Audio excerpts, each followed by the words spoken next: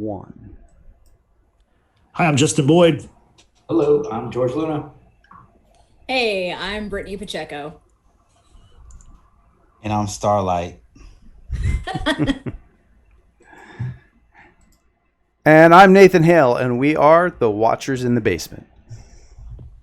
Welcome to another edition of the Watchers in the Basement podcast. We are coming today from Houston, Texas, and we got two episodes to get to today. We've missed last week, so we're doing episode 7 and episode 8 of season 2 of The Boys, the final 2 episodes of the season. So thank you to everybody who's watching this on Facebook Live right now, or maybe watching on YouTube later. But this is a podcast, and after all, we do produce an audio version of this, and I'm going to throw it to Brittany, have her explain how you can listen to the audio version. Brittany, take it away. So it's easy. You can find us on Spotify, Apple Podcasts, or wherever you listen to podcasts. Thanks to Anchor.fm. We're huge fans of Anchor.fm. And also don't forget to subscribe and give us a 5-star rating, because that would really help out our podcast, because although we are a small podcast, we are a proud one. And also don't forget to follow us on all of our social media platforms, Facebook, Twitter, and Instagram. Simply just search The Watchers in the Basement, like, subscribe, all that good stuff. Also, YouTube channel, Justin mentioned that earlier. Don't forget to subscribe to that. Also hit that notification bell so you can be the first to find out the latest upload from us.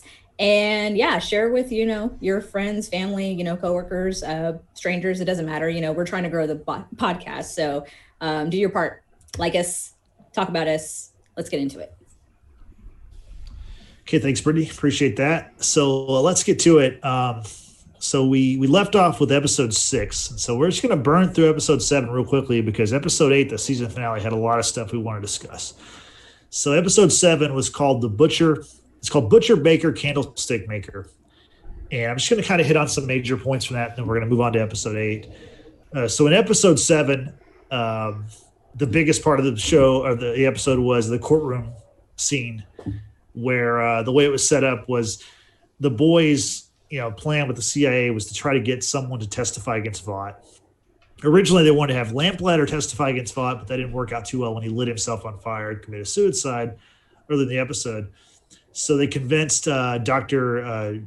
Jonah Vogelbaum, who I guess is kind of, credited with, creating Homelander in the lab, or anyway, he had something to do with Homelander's daddy. Yeah, kind of. So they convince him to testify against Vought at this congressional hearing. And the hearing gets going, and before anything can happen, the speaker's head is exploded. Vogelbaum's head is exploded, and Shockwave, the speedster who's going to replace A-Train, his head explodes too. And it's kind of mass confusion. There's blood, the Congresswoman Victoria Newman, she's up on the stand. She's up on the this dais or whatever you call it. There's blood all over her face, and she's looking surprised. And the question is, who's doing this? You've got the Soups in the audience. You got Homelander. You've got Stormfront. Queen Maeve's there, and they're all kind of befuddled. They don't know what's going on. So that was the big thing from episode 7. Some other key things, like I said, Lamplighter, who we learned in the episode loves soup parody porn. He's way into that stuff. He kills himself. He goes back to Vought Tower. He sees that they've removed his statue because he's a former member of the Seven, and he lights himself on fire. In the meantime, he was supposed to help Huey there. He went to Vought Tower with Huey because Starlight was captured earlier in the episode. Black Noir captured Starlight and her mother.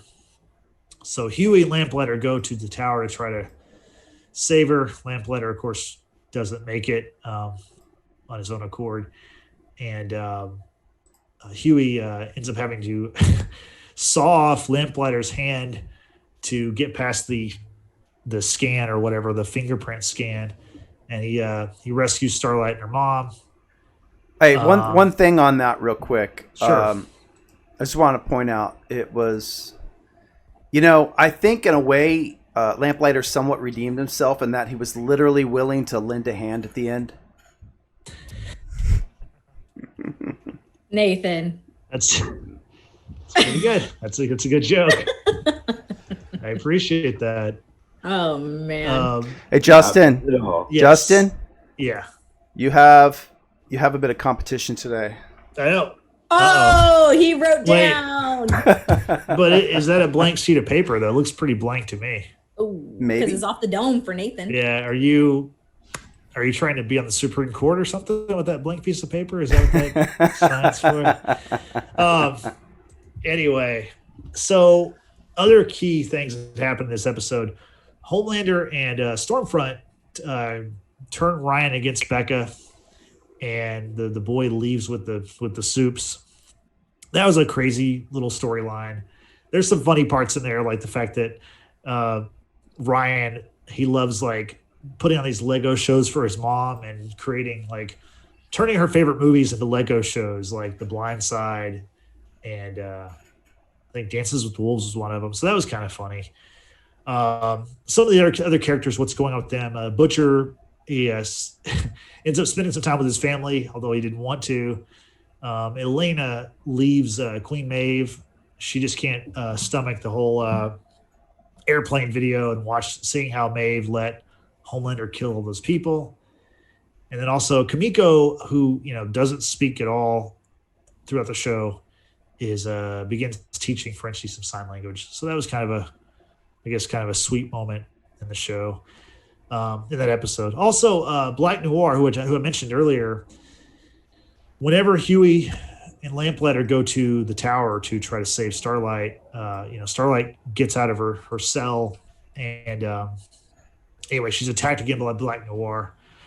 Queen Maeve comes in for the save, and she, while she's fighting him, she pulls up his mask and stuffs an almond joy in his mouth, which is kind of weird. But anyway, it hurts Black Noir because he has a tree nut allergy, we learn. So he's indestructible except for tree nuts. So I was just gonna say, because earlier in the season, they Huey and Starlight were at the vending machine, and she's eating an almond joy, and Huey just thinks like, oh no, that's like the stuff of sociopaths and murderers and things like that. So interesting with bringing that back with the Black Noir. Yeah, and also when we planned to do this episode by itself, I actually bought an almond joy. I haven't had an almond joy since I was like a kid, and I got one the other day. And it's not too bad. It's actually pretty good. I was kind of surprised. I remember as a kid I didn't like them, but it's okay. Jay, is it almonds and the coconut? Yeah, that's the one I got. I'm not a fan of coconut. I wasn't as a kid, but it's not too bad. I'll probably get it again sometime. I don't know. I'm a big fan myself. You are? Of Almond Joys? You are? Okay. Yeah. Cool. The last thing from episode 7 that I want to talk about was the first thing that happens in episode 7. I thought the opening scene was pretty powerful. It shows this Stormfront fanatic and his like daily routine, and he's just inundated with this kind of soup propaganda. I mean, he, like I say, he's purposely inundated. He wakes up and he checks his phone. He's looking at Twitter and looking at social media, looking at memes and stuff about Stormfront. He's listening to the radio and like talk radio and all the stuff on there. And then he's watching the news, and he's going to school every day. And so part of his routine every day is he goes to this convenience store and he buys a Coke or whatever, I don't know. And the store clerk is, from another country. And, he's constantly told the stuff of, these super villains, these super terrorists are coming over. They're going to kill us and whatever. And this guy, the daily routine over and over and over. And you can tell he doesn't get a lot of sleep. And he's also listening to this crazy stuff. And one day he goes in to talk to he goes to the convenience store to purchase something. He looks at the clerk. He thinks he sees a flash in his eyes, which that never happens. And he thinks that the clerk is a supervillain or a super terrorist. So the next day he comes back to the convenience store and shoots the guy. And that's just it. It's such a it goes so well with what's going on in our country now. Like it's just like these people who are they're so easily influenced by the media and things they see on TV and on It's social definitely media. a great tie-in to make the show more relatable, because obviously soups, as far as we know, don't exist in this world, but those, little political, social injustices that are going on, it's very, very real and very, with the times here and now. It's crazy. It's so Yeah. Yeah, crazy. it is. And then, you know, later on that episode, Homelander and Stormfront, Stormfront, they hold a, I mean, what is basically like a Trump-like rally at Vought Square. And there was one part that I thought was kind of poignant, was the fact where Stormfront says that, they don't condone the shooting of the convenience store clerk. They send out their thoughts and prayers to the store clerk's family, but then they continue on with their rhetoric. And it's just like, if you ever hear the words thoughts and prayers, that is code for nothing. That means nothing. That's like, I want to say something that means nothing, but I don't want to say anything really. That's what thoughts and prayers means in real life. So I thought that was kind of, like I said, poignant. Did y'all have any thoughts on episode 7 before we move on to episode 8? No. I think it definitely, obviously, because we didn't have the season finale at that time, when we first watched it, it really blew my mind, like, figuratively, of course. Because I think George, I think you were the first one to watch it out of all of us. And then when I finally watched it, it was just like, oh my God, like, this story is just getting better and better. I mean, it was kind of a slow burn a little bit in the beginning with the season, but it's like, it just kept, hitting it right on the nail. Like, man, this is an incredible show. Like, that story has really developed really well. And Brittany, you bring up a great point of how the show was so relatable to today's times, with the MAGA movement and conservatism and, white nationalists. Stormfront, I hate to, make a joke out of this.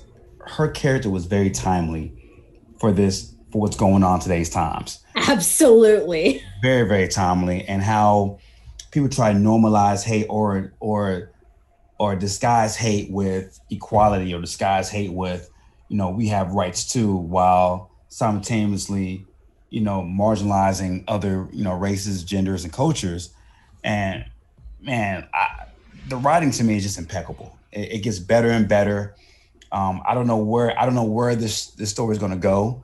Even going from episode 7 to episode 8, after the exploding head scene and during the congressional hearing, I'm like, dude, what's going to happen next? And it just does a great job of like story building and character development. And I don't know, I can't wait. I know we'll talk about the finale, but the finale itself was just as well.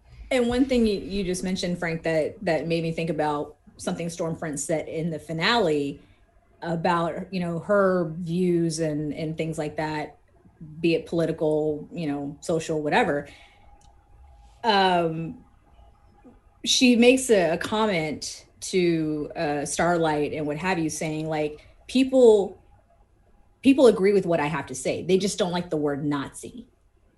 And it's like, ooh, that hit hard. Like, anyway, I mean, we could be real political and real social on this podcast. I mean, obviously, because there's a theme that this show has really, made so relatable to. But I do want to continue with the finale, because the finale was just amazing. So good. Absolutely. George, any thoughts on that? Basically everything you guys said. The only thing I didn't expect, I knew someone was going to die in the finale, like not in the finale, in the last episode, that courtroom scene. I knew they were going to kill someone, and I figured it was going to be Vogelbaum, the doctor or whatever. But I had no idea how it was going to happen or what. I did not know what to expect. That's why when I messaged all of you, I was like, what the fuck just happened? And one thing, George, real quick, I do want to just kind of chime in, because it was a question I had. And because we lost Lamplighter and Vogelbaum in that episode, I'm having an issue with like bringing in characters who ultimately don't really matter, in a sense. Like, do y'all kind of get that too? Because I feel like with Lamplighter, like, other than the fact that we finally found out the story, what happened between him and Frenchie and that night with Mallory's grandchildren, what have you. Like that was the only real reason why Lamplighter was brought in my opinion, as of right now. With Vogelbaum, it was just kind of like, okay, we're going to threaten you, your family, if you don't come and testify. So it's like, what's the point? Well, on that, I think as we already pointed out, Lamplighter had a really important job, and that was to lend Huey a hand, which he did admirably. On a roll, buddy. On a roll. And the parody porn, which that could be a hand too. Yeah, that may come up later. What you're doing, yeah. I do have one thing regarding the last scene. Like I literally, like even as they cut to that hearing, I was like, I almost to the second I called, I was like, his head's gonna explode. Like I've been waiting for that one particular character to show back up, and we'll go into that a little. That was a red herring. So that was very interesting. I did definitely see that coming. There was no way they were going to let him talk.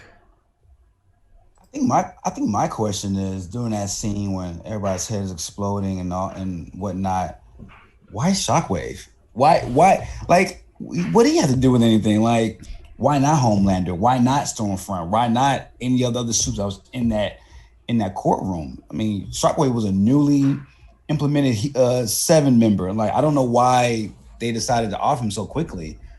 I mean, you know, I know. I have a theory there, potentially, although it's really loose. So we know from the final episode that the church and she's a senator, or she's running for, I can't remember her name now, were in league, and we know that they wanted to get A-Train back in the 7. So I wonder if that maybe, but I don't know. Like I said, it's really loose. Mm-hmm. Yeah, I think that's a good theory. I like that. Definitely. Yeah, because the thing is, and if y'all are ready, we'll go ahead and jump to the season finale. Sure. The title of that episode was "What I Know," and now we know a lot more. So I'll start it off with. This is a Seinfeld reference, but I don't know if y'all get this, but hello, Newman. Oh, God. Anyway, Congresswoman Victoria Newman is a soup. Like, what a swerve. Or she's an alien or something. I don't know. What do y'all think? Like, that surprised the hell out of me. I did not see that coming at all. I did not either. Yeah. It was out of nowhere. But and plus because what's that? I want to talk about your theory, because I don't think that doesn't really make sense to me, because she ends up killing the guy from the church as well. So either we don't know who she's working for, because it doesn't seem like she's working for the church. I think she's in it for her own personal reasons or whatever she's doing, because she's letting this stuff happen. Like, she could have, like Frank said, she could have killed any one of them if she wanted to. Or we don't know that too. Like, we don't know what her limits are. Like, maybe you can't kill Homelander. Who knows? Like, we don't know that. The other thing too, because when she and Mallory are talking to, I guess, the Justice of Defense Justice, or what do we call it, that department? The dude who was like being all pissy about his little lapel pin. Anyway, talking about. Thank you. The fact that, she, in the courtroom, she actually killed her chief of staff. And so that was something that I thought was really like poignant, because the fact that the guy said, well, if it's a soup, or if it's Vought doing it, why would they kill their own soups? And she said, to cover, to cover it up, or to, make it more believable. So that was like that kind of, that was her tell, because she, has that power. She's the one doing this. She killed her own, staff member in order to just make it look more plausible. So the fact that, one, I want to know if she's on Vought's radar, like, is she a creation of Vought, or if she was able to acquire Compound V when A-Train was running it around the world, or was she maybe something from Sage Grove? We'll find out. Good question. These are all great questions, and I mean, I guess we're not gonna find out until she unveils more of her plan, because like we all said on this podcast, like she could have ended Vought in that courtroom. So I don't know what is the long con, what is the ultimate goal here. I mean the Homelander thing, him getting caught on camera, killing somebody on accident, and her exporting him, and in the courtroom thing, and her going against a Vought. Like, what is the end goal? Like, is the end goal just taking down Vought as a whole? So you want to bypass just killing little minions and like go for the big fish? And is a big fish Edgar? Like, what is the end goal for her? Like, and I think we're not going to know until she really unveils her plan, hopefully in season 3. Yeah, I mean, it was such a swerve. That's why all these questions are good questions, because I don't know. Like immediately I was like, well, is she working with Edgar? Is she against Edgar? Like, I don't really know. It's hard to tell. And like, I think that she might not be I don't think she's a soup. I think she's something else. I think she might be some kind of alien or something, like in the DC, I mean, Marvel too, you have characters who are from other worlds and stuff. And so I just think her power, I don't know that it would be something that a soup would have, you know what I'm saying? Although we've already seen it. Yeah. Yeah. That soup, what's her name? Cindy, she had similar power. So maybe so, I don't know.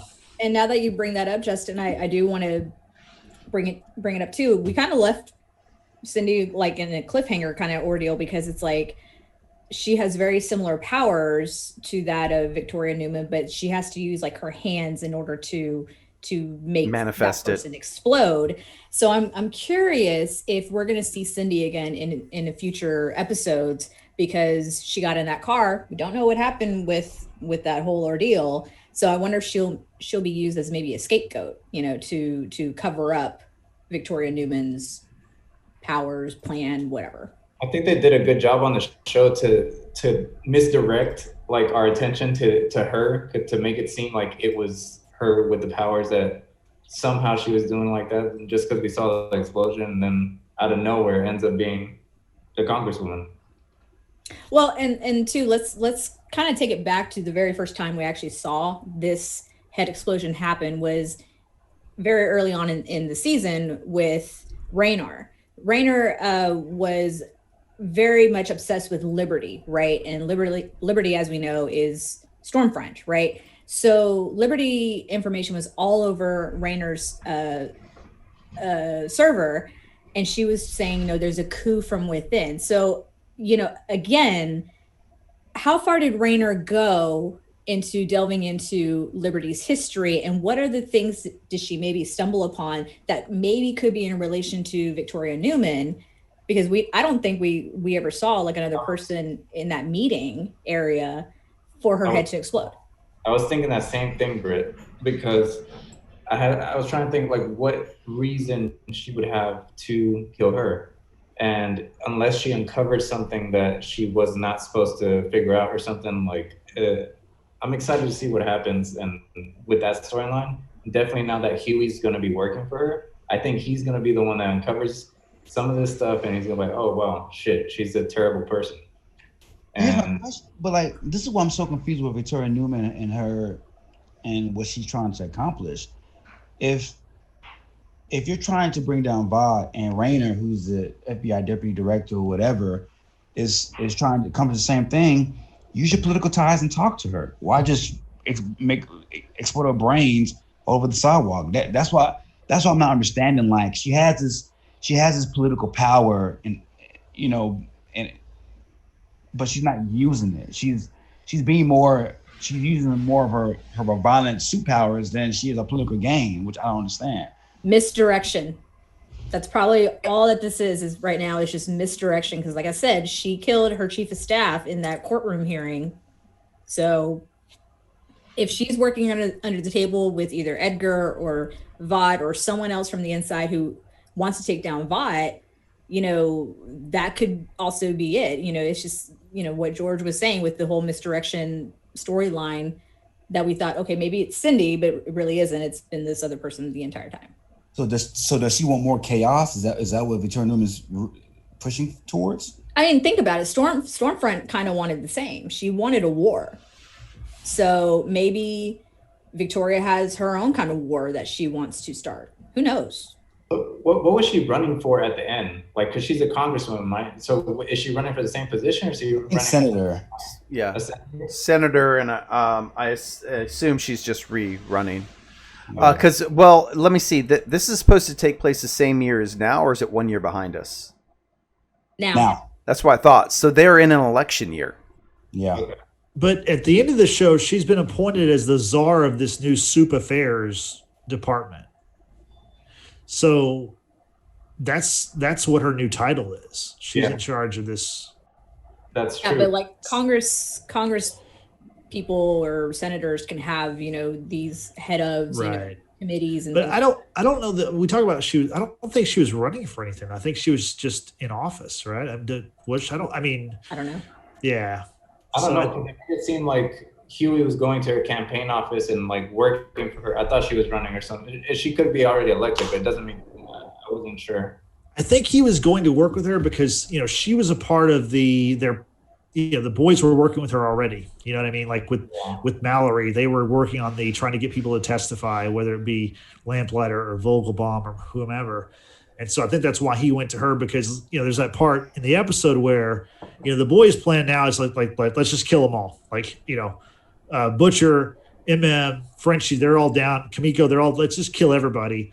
And you can see that moment where Huey has a problem with that. He said, okay, so now we're just supervillains. We're just the supervillains, right? And there's a better way to do this because if you kill these soups, they're just going to create more soups. Like we're not, so I think he looks at it as like, there's a better way to do this. And by working with her, it's more of the proper way or whatever, That's so ironic too, just to think about that because all the soups that she killed.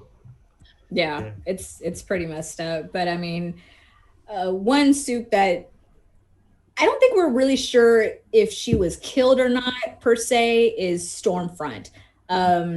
Her reign and time with the Seven is pretty much over once Huey and Starlight acquire some very, very disturbing photos of very confidential files about Stormfront from the Church of the Collective. Because as we know already, sorry about that. She's Mrs. Vought. She's 100 and something years old, and she has Nazi ties. And so that was fun to watch because then like the whole world kind of like turned on her. And like I said, when she approached Starlight and the boys saying, people believe in what I have to say, they just don't like the word Nazi, which is very, very close to what's happening in this day and age. But she kind of oversteps her boundaries when it comes to Ryan and his mom Becca, because they were able to get Ryan back from Homelander and Stormfront at that cabin, and Stormfront is hurting Becca, Ryan's mom, in front of him, and Ryan gets pretty fucking mad, and then his laser vision like kicks in. So I want to talk about the laser vision because I think there's some debate amongst us about if he's more powerful than Homelander or if it's because he doesn't know how to use the laser powers. What do y'all think? I'm gonna start with Frank. No, I think he's more powerful than Homelander, unequivocally. And I'm gonna say, and when you go back to the, I guess you can call it a love scene between Homelander and Stormfront. So when Homelander is like letting loose on her chest, the laser beam that is, he creates damage, but it doesn't hurt her. And I don't think he was holding back. I think because like the way Stormfront was saying, hey, it's okay, let me have it.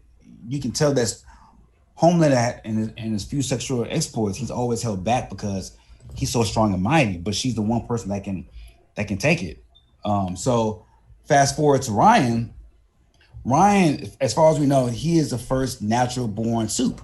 He's kind of like Superman, in Krypton. Krypton had all these aliens, well, Kryptonians, but they're all manufactured. And Kal-El, aka Superman, was the first natural born birth in centuries. Same with Ryan. I think with him being such a natural birth, his powers are naturally heightened, in my opinion. And I think when he let loose, one, that's his mama. I think any man seeing their mama in distress is going to let loose. And two, I think with him being a natural born superhero, a natural born soup, I think his powers are naturally just heightened. So I agree. George, what do you think about that? The debate of if Ryan is more powerful than his dad, or he doesn't know how to control? I think I agree with Frank. I think he is somehow going to be stronger, but it also had to be the control. If he would have if he learns to channel that, then he's going to be way more powerful than Homelander. But yeah, he probably should have aimed a little bit to the left or something, a little bit further left. Hashtag aim a little bit to the left. Yeah, because like Homelander was trying to show Ryan earlier in the episode, like how to use his powers, and it helps if you can envision someone who's that you hate. And Ryan's like, I don't hate anyone. Well, up until that someone started messing with his mama. So yeah. Listen to his dad. I think the powers are very similar. I just think that I guess first off we got to talk about, so it's heat vision. I mean, like with Superman, okay. When I was growing up, it was called heat vision, right? With Homelander, I guess it's laser eyes. Now in the current DCEU, I don't know, maybe they call it Martha goggles. I don't know what they call it, but it was heat vision when I was growing up. So I'm going to call it heat vision. Superman could always control his heat vision. Like if he needed like warm up like a cup of tea or something, he could warm it up. Or if he wanted to destroy it, he could destroy it. I mean, we see Homelander, whether it be in a dream sequence or in this episode, where he just mows down people, like literally cuts through them with his heat vision or laser vision or whatever. Even Justin, hate to interrupt you, but even when he was overseas, when he shot that guy with his laser eyes, he killed an innocent bystander. So it's kind of like, you've been a superhero all these years, you still can control your shit?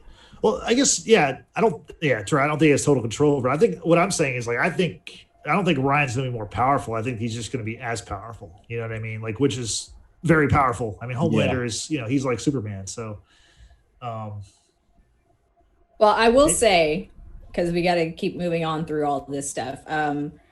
Ryan, severely disables Stormfront.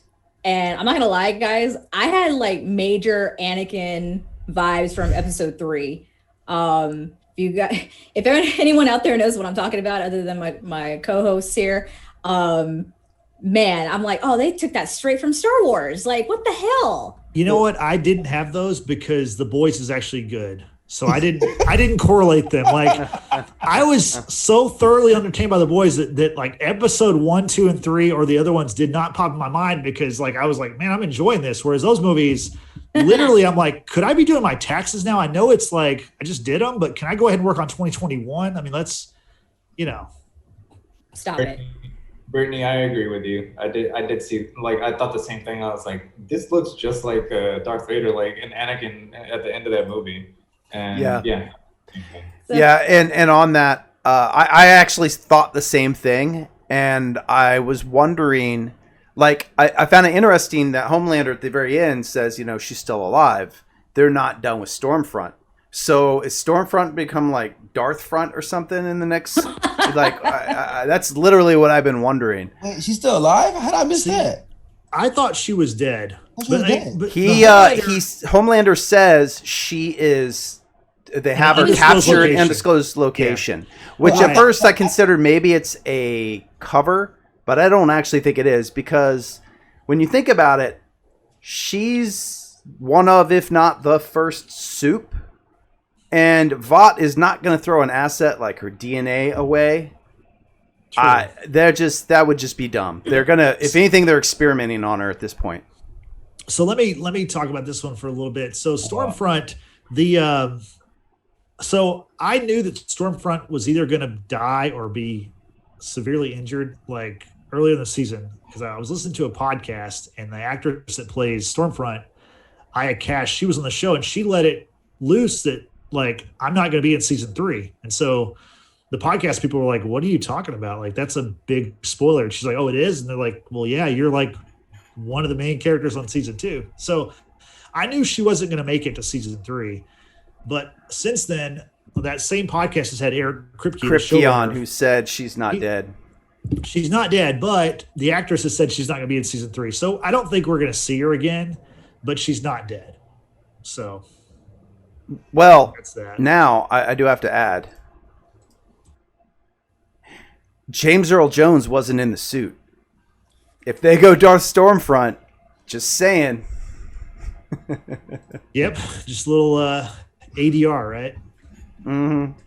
God. With these biz terms, man. Kicking Yeah, around. but going back to the boys, unfortunately, because of Ryan's, powers, he inadvertently kills his mom, which that was really sad. I mean, for me, that was really sad to see because he genuinely, obviously, loves his mom. It happened in front of Butcher, and Butcher was like really gonna turn on Ryan with that crowbar and just like smash him to bits. But hey, Brittany, let me point out something real quick. So I've watched the episode a couple times now, and to me, like, yeah, the kid kills him because he can't kills the mother and tries to kill Stormfront because he can't control the heat vision. But if you watch right before that, like, Stormfront is holding Becca by her neck, right? And you have Butcher just firing rounds at her. And of course, like, she's bulletproof. But right before that, Becca stabbed her in her eye. So that's why I don't understand the powers. Like, you can stab her and like literally take out her eye, but you can't shoot her. And then he's hitting her with a crowbar. And what I'm saying is, like, he's shooting a gun at her. Becca's right next to her. Like, if he slightly misses or if he somehow penetrates her with the bullet, it's going to kill Becca too. So, like, it's kind of hard to blame the kid when you're doing the same thing, like, right That's there. True. I didn't realize that. How you're right. He's just shooting at her, like, and Bulletproof, like, but you're not knife proof. right? He's because Becca stabs her in the eye, and it's like that's such a weird. Though, is it? Does this suit have like special powers or something like in the Incredibles, where it has like every suit is different? I don't know. That's a huge inconsistency, though. I didn't realize that until Justin just mentioned it. Well, couple things on that. First off, in Superman, they went out of their way to show that even his eye is indestructible or bulletproof or whatever. They've never given us reason to think that. The eye is definitely a lot more sensitive and easier to damage than, say, even our skin. So I think that's kind of what they were alluding to. But the other thing I want to throw out there is, what if Ryan didn't actually kill his mom, as in cause the lethal damage? Because it was a throat wound. She was being choked. I really think her throat or jugular or whatever was literally gripped by Stormfront as she was blasted. So yes, in a roundabout way, he did it. But if he didn't, she would have died anyway. But it didn't make sense that she'd have a bleeding wound with no burn while Stormfront's on the ground covered in burns. Like, that makes sense. I don't think it was his action that actually directly killed her. So that's a good point. That's a really good point. Sweeping Stormfront's hand, like when she got shot, like it was like a reaction. She just caved on her throat. Yeah. Gotcha. Yeah. Yes, Nathan, I think you're right because the burns, like, it didn't look like it was much, so it has to have been like that. But either way, it was still he did it. She was gonna die anyway. So yeah. I mean, so like, this is another thing I'm confused about. Like, so she's bulletproof, but she can't take a punch. Like, she's getting beat up. She's getting beat up left and right by Maeve, Starlight. But there's They're superpowers, supers though. also. They're all Because superpowers. girls get it done, Frank. Fuck yeah. Got it done this morning. So Oh my God. Plural No, but or I was- just girls plural or just one? I mean, this one. He's okay. got his own 7. Anyway,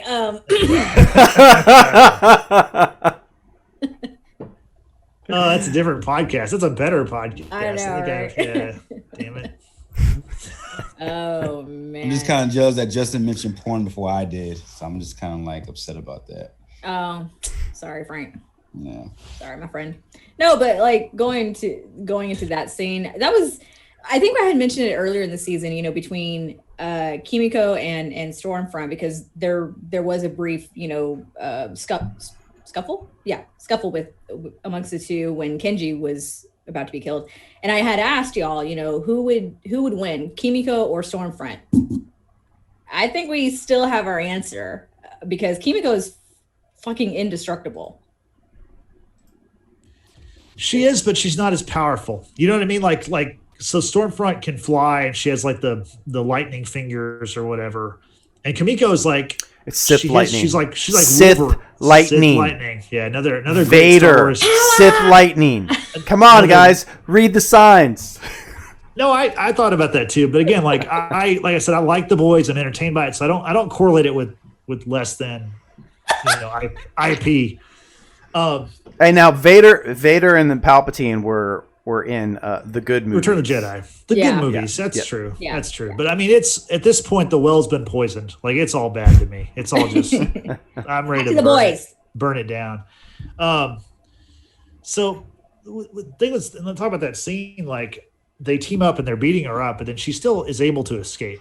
You know, like that was the part that was kind of, obviously had to move the plot along. But yeah, but let's talk about the fact that Kimiko is virtually like Wolverine. She can self-heal. She had her freaking neck like broken, and she was able to like wake up from it and just pop it back in. Like that's the second time in 2 seasons she had her neck broke. Didn't Black Noir break her neck too last season? No, he cut her open. He cut her open. He gutted her. Oh, okay. Yeah. But like the fact that Maeve came in after not wanting any part of whatever the boys were doing, because Starlight, remember, had reached out to her. Like she came in to take down Stormfront, and then to ultimately tell Homelander, hey, back off, or else I'm going to release this airplane video, and no one's going to love you anymore. Because that's ultimately what like Homelander wants. He didn't agree with Stormfront in the sense of the fame and the being like a little puppet for Vought, but he likes that because the fact that he's never been loved, he never had a mother, he never had a father, that kind of thing. Whereas Stormfront was like, oh, that's not what Frederick wanted. Frederick wanted whatever it was that they wanted, but Homelander wasn't okay with that, essentially. I don't think, because he kind of gave her a look when Stormfront was talking to Ryan about the white genocide and threatening our culture, and Homelander's kind of like, I don't know about that. Well, and that's why I'm kind of like annoyed a little bit, because I really wanted to see Stormfront and Homelander have more of a clash on the parenting skills on how to raising a child. Like that would have been cool to see that play out a little bit more, because like you said, Brittany, you saw him like, hey man, I don't hate black folk. Like I'm cool. Like I'm not a racist. I'm narcissistic. I'm an asshole, but I ain't no racist now. Like, let's sweat on that. I would love to see more of that play out in in later seasons or later episodes. But is what it is. Well, you really wonder like where do they go with the 7 from here? Like it's kind of a weird deal where like Starlight's back in the 7, Queen Maeve is in the 7. They clearly, yeah. What's that? Because they never replaced the Deep, so it's. Yeah, well, they're gonna bring in somebody for. And then about Black Noir, I mean, he's in a vegetative state. Like, what the hell's gonna happen with that? Mm-hmm.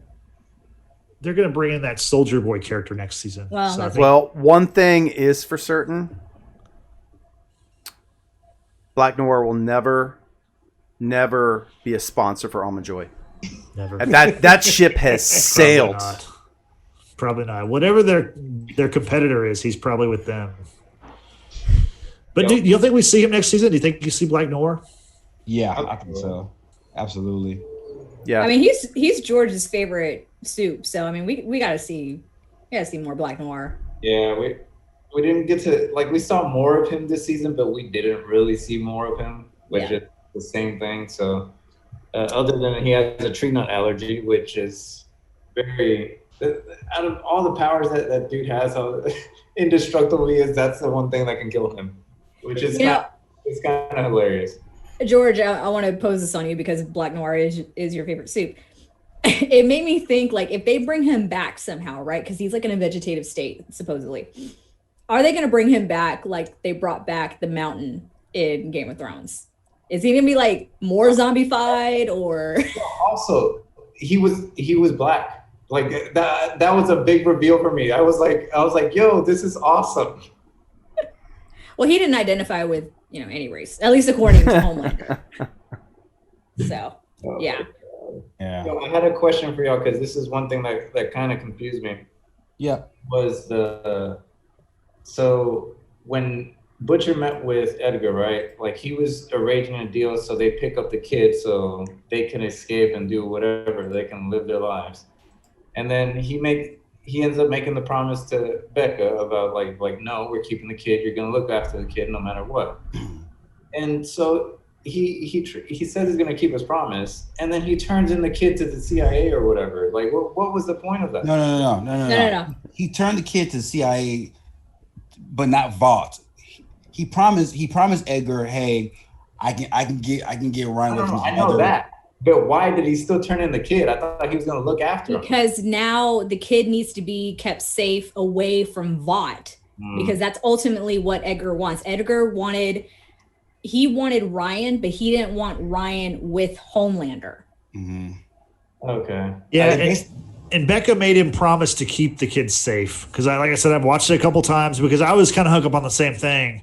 But yeah, she says make sure he's safe, and so I don't know why I assumed that it was just going to be like a spin-off with Butcher and Ryan, just like him taking care of him or something. No, Butcher and the boy. And then on top of that, I mean, he's more safe with the CIA. I mean, Butcher is he though? I think so because like if Vought knew that the boy was with Butcher and the boys, they're gonna send Black Noir and the whole crew to go confiscate Ryan. I mean, at least with the CIA, I mean, they have a fighting shot, and now with this new superhero division now that they're creating, they have more of a fair shot to protect Ryan and keep him away from the outreach hands of Homelander. Well, one other person that's still being kept away from Vought is the Deep. Deep can't catch a break. Like, no, he can't. Fuck Fresca. Are we gonna see him back in the 7? He can't catch a break, and he's getting terrible blowjobs. Like I feel sorry for him. That's awful. He is anti-Nazi though, like A-Train. And that guy, he's so funny. He's so funny. His delivery with stuff, like how quickly he was so willing to kiss the church guy's ass, and then like how quickly he flipped on A-Train, and then A-Train like gets in the 7. It's like, yeah, you're back in, and it's like, yeah. I'm in too, right? I'm anti-Nazi also. Yeah, well, not only his delivery is awesome. Not only is the Deep anti-Nazi, he's now anti-Fresca, because that's what he said to Alistair leaving. He's like, "Fuck Fresca." So I have a question too for y'all. So the Church of the Collective. So apparently Stormfront was like a major member of this collective, correct? Yeah. At some point, yeah. At some point, okay. So was the collective? Were they financing Shady Grove, or was that more of a Vought thing? I think that's more of a Vought thing. That's more Vought. Okay. And my second question is, when Edgar and the guy from the collective were having a sit down talk about about the Deep and whatever. Edgar talked about giving a commission towards, like paying like a portion of commission towards the collective. So I guess my question is, with Old Buddy being dead, are they still gonna play a major role in season 3, the collective itself? I don't think so. I don't think so, because now that with season 3, we know for a fact that Soldier Boy is going to be brought into the new season, so they probably will focus more on that, unless Soldier Boy also was affiliated with the Church of the Collective. I don't know, but there's really no point, I think, because A-Train's out. Not that he was really a part of it. The Deep is no longer with the church. That other guy, the Archer. But that woman's still out there, that spokesperson. Yeah, but like, what's the point of her? When she might be the new head of it, though. Yeah, she might become the new. Yeah. That's true. That's true. Did y'all notice how that Alistair Adana, right before his head exploded, he cracked open a can of Fresca. Yeah. Yep. Oh, did he? Yeah. I thought that was like the whole thing. I'm like, oh shit, it's the Fresca all along. Fresca. It makes your head explode. No. Yeah. And also, Edgar wasn't too fond of Fresca. He called it awful stuff. So, that awful stuff. Oh. No, I have a question. Like for companies that have stuff like Almond Joy and Fresca, like, do they do they like the fact that their product is being like dragged? You know what I mean? Like on the show, is it any publicity is good publicity? Like it's free I think if you're Fresca, you're happy because as far as I know, I watch a lot of TV. I never seen no Fresca commercials. So for them to be mentioned all throughout the season. I've never had it. Never had it. I never had it either. More or less like Sprite, but not as good. Okay. No, that sounds awful. Yeah. Well, one extra thing I do want to talk about, guys, because I think we pretty much like covered the main storyline that was the season finale. Starlight finally asks Huey about, his obsession with Billy Joel, and I didn't think much of it until Justin had actually pointed it out, talking about Huey's mom. Justin, you want to talk about that? Yeah, I mean, the reason why he likes Billy Joel so much is because Billy Joel songs remind him of when his mom was still with his dad and with him. That's the reason. That's what he explains. But the mom is not dead, which I thought the mom was dead from last season and this season. I did not know that she was still alive. So my guess is we probably see that character season 3 or so. I don't know. Maybe not. Who knows? Like, but my thing with why mention her so much if you're not going to show the person? You know what I mean? Well, the thing is, if Huey hasn't seen his mom since she left, how does he know if she's still alive or not? That's my question. Good question. Because Huey has her currently tied up in a box in the basement. Are we talking about you? He's learned from Butcher. This is you. This is you. Bring back Crystalia. That's all I'm saying. Back. We're Crystalia. Oh yeah, no, we're Crystalia. What did you guys think about Planet Vought? It looked like hell. We didn't really get to see much of it, just like the food area, the food court of it. But the big homie with bacon sounds delicious, though, right? Like, what a weird name for a burger. The big homie with bacon. Like, I don't know. Yeah. You'd think it'd be like the Homelander hamburger or something, right? Well, you got the Big burger. Mac, right? Burger. So the home. No, I like home burger. That's pretty good. That's a good name. Yeah. I don't know. One thing we didn't mention, and this is kind of a big part of the episode, is, I mean, the show's called The Boys, and the boys break up at the end. You know what I mean? Like, they kind of go their separate ways. So, hey, George, tell me where the boys are going, how they're going their separate ways. So I told you we see Huey going off and joining getting a job with that lady, the Newman, and we see Butch end up. Is he? So I don't. So with Butch, is he gonna be working with the CIA now? He doesn't say. He just kind of walks away. Yeah. What I believe is that I think he's gonna help in some way, like with the CIA and the Congresswoman and all that, and. I mean, goes with his family and he stays there. I mean, he doesn't really have a reason to go back. Like, that's what he wanted the whole time. And Mallory told him, like, you should just take and go and be with your family. But, yeah, I'm not sure what's going to happen with him. And French and Kimiko, I walk into the sunset or up the stairs and turn out the lights, more to the point. Oh, they're dating now? I don't know. Kind of, maybe. They're dancing for sure. I don't know about dating, but they're dancing. Yeah. Sherry's not gonna like that. I've been waiting for some kind of blowback on that one for a bit. Just don't expect that from Deep's wife, because apparently it's going to be awesome. Okay. I've got a big question for you all about what we may see in season 3. So this is open to everybody. Since we already know that he's getting terrible head or blowhole from his wife, you think he's gonna look for other fish in the sea? I was waiting for that. Oh wow, that's good. That was good. I mean, since the dolphin died season 1, he hasn't found a adequate replacement yet. Yeah, and if he does find someone, do you think he'd help Homelander? Because Homelander's, a man on his own, just whacking it in the moonlight. I mean, we've all been there, right? We've all been there. No. Well, I wasn't on top of a building.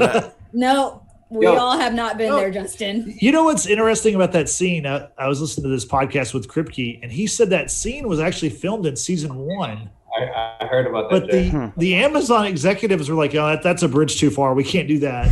Yeah. So this year they needed one more thing. He's like, "Well, I've got an idea." And so this year it was okay. Last year it wasn't okay. This year it's okay. So, well, because last year Homelander couldn't do whatever the fuck he wanted. Now he can. I don't know. Well, I think they were just worried with the first season. Like, how is this going to go over? Are people going to be like turned off by how dark this is? And I think they found the opposite and were like, all right, let's pull some stops. Let's throw some Nazis in there, some more racism, and they just pulled out all the stops this season. I mean, there was stuff last season, right? It wasn't like a G-rated. Oh no, but I think they obviously they put the brakes on some concepts like Homelander on that rooftop. Yeah. So I'm confused on the correlation with I can do whatever I want and jacking off on the side of a building. Top of the world. Like, I don't understand that.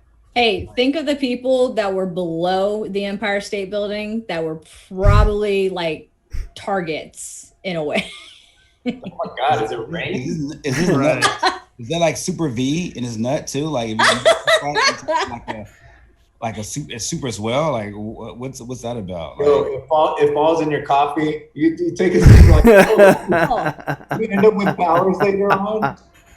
Oh, okay. Maybe that's how that one guy in two episodes back had his special power that he wrapped around Eminem. Oh yeah, love sausage. Right. It's well. One other quick little extra that I thought was funny. I don't know if y'all caught it. Justin for sure didn't catch it when I talked to him about it.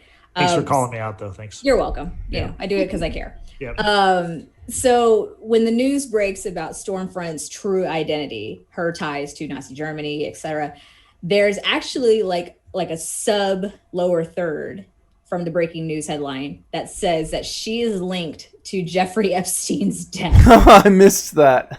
I watched the episode 3 times. I never saw that. I didn't see it. So that's Eagle Eye for you, and not Eagle Eye the Archer, but just are you a suit, Brittany? Do we know that? We don't know that. We don't know. I wouldn't worry unless your head explodes. Was that a flash in your eye? No, I'm kidding. Uh-oh. I think that about covers it, huh? Yeah. Maybe? So last thing, we're well away from the next season. Supposedly they're going to start filming again early next year. The last I saw. So 7 of the 8 episodes are written, and they're supposed to start filming in early 2021. They haven't said when it would premiere. I'm guessing it'd be early 2022 at the best, maybe. I don't know.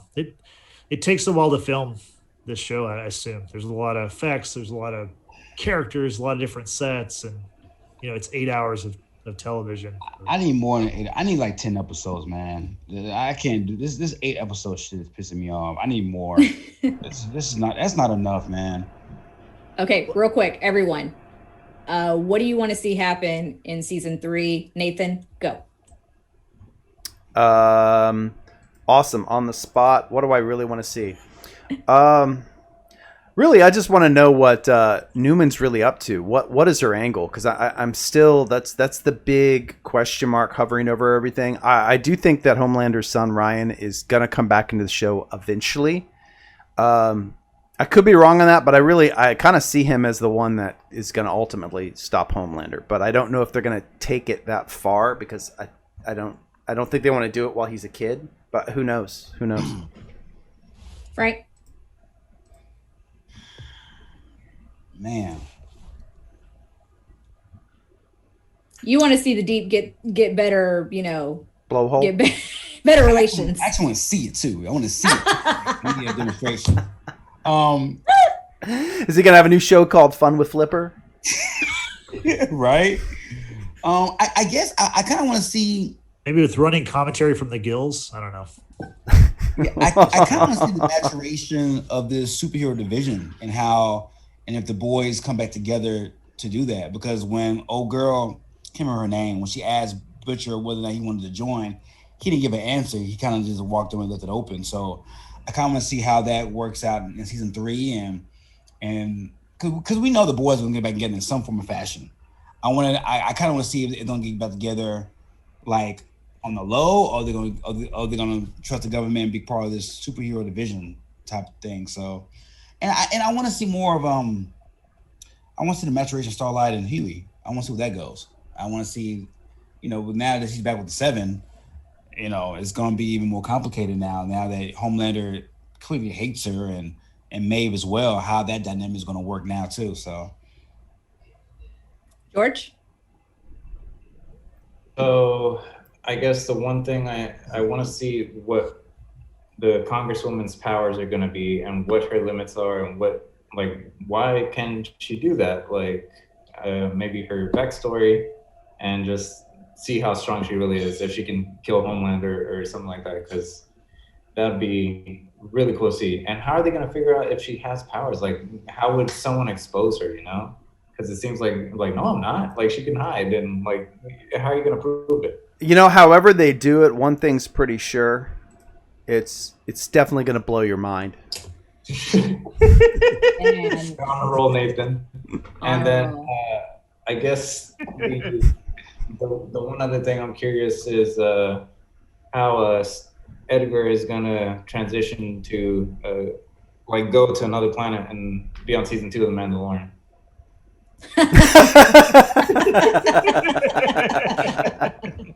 He really is bad guy for hire. He's he's just a villain everywhere, man. He's he's like a nomad. He's a free agent.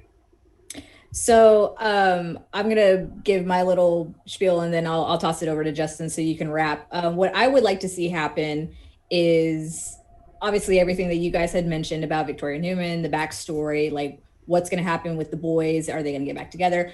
What I also want to learn too, because it was mentioned in this season, was about MM and his family's relation with Vought, what happened with his father, and what all that is about, and if that's going to come into play into next season at all. Maybe something to do with Soldier Boy, who knows?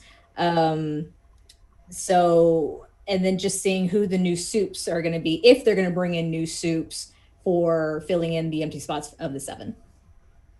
Justin. Yeah, what I want to see is kind of like how this season was kind of, Stormfront was the villain this season and her story, and how, she was a very interesting, polarizing kind of character. I want to see, I think Soldier Boy is set up to be that next season. And I want to see how his emergence or his return brings the boys back together.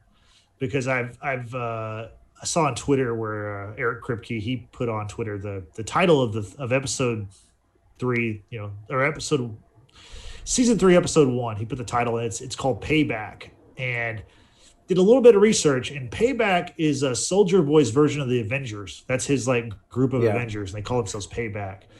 So Stormfront was originally in. Right. So I'm interested to see how that plays out, and like George was saying, I'm also really interested to see what happens with Newman and how she, that was the biggest swerve, in a TV show that I can remember in a long time. I just totally left field, did not see that coming. The fact that she killed the head of the church, I mean, that's a pretty big time actor. He was on ER for a long time. He was a main character. And the fact that they killed him like that, I was really surprised by that, because I thought he was being set up to be, a co-villain with Edgar going forward, and for him to have his head explode like that, I was really surprised. So, I mean, in short, I'm just really interested to see more of the boys, more of the show. I mean, the show is just, I think it's delivered 16 episodes. It's 16 for 16 in my book. And I think that through 2 seasons, there's few shows that have been this strong. I mean, I think Game of Thrones is definitely one of them. Not many shows are this good, kind of pitching a perfect game. I'll be honest. I don't have any gripes. I mean, don't jinx it. Not understanding. Not understanding the powers of some of the people. That's my one kind of gripe. But that's, I mean, I don't know. Who cares? Because keeping it vague there's more possibilities. You know what I mean? So, So I guess that's pretty much it. Although I did want to point out one last thing that I really enjoyed in episode 8 was the video that Homelander was in at the beginning of the episode with the student safety video or whatever. What was it called? It was How to Survive a Supervillain Attack at School. Oh, yeah. And it was like, you have to follow the law, lock all doors and windows, arm yourselves, and wait for a hero. I thought that was a really good little. You know, that was a real video. Really? That's it. I'll send you I'll send it to you so y'all can post it. But it was like from a college, and it was about school shootings. But it's the exact same thing. Like almost. Wow. Hilarious. That's crazy. Because I like the part where it's like arm yourselves, and it shows that your teacher should have a license. Should have a assigned firearm, and the teacher gets out the gun. And the kids are flipping over their chairs, and they're creating weapons out of the flag and whatever random stuff. And it just one kid had the 3-hole punch. Okay. Right. And all the debris falls out of the 3-hole punch. Exactly. Like, that's so random. Hey guys, if you want to see more of Aya Cash, check out the show called You're the Worst. It's on Hulu. It's just, and she's pretty much the same character. I mean, outside the racist vibe, but like the outlandish, very outspoken, dirty mouth. It's like this romantic comedy show, but like of these two people come together and they become a couple. But like she's the woman in that show, and it's literally a carbon copy of like Stormfront minus the racial vibes. But it's a really good show. It was on for like 4 seasons, I would want to say, on FX. Nice. That's cool. All right, let's wrap this up, guys. So any parting shots from anybody? Anybody want to say anything before we shut it down? I'm not sure when we'll do our next episode. So I have one thing. If you're watching or listening, just go vote. Please vote. Do it early if you can. We're filming today on October 20th, so there's still like 10 days left of early voting. So take advantage of that and go vote. That's right. And if you flex your superpower. But if you're going to vote for Trump, don't go vote, because there's a new rule.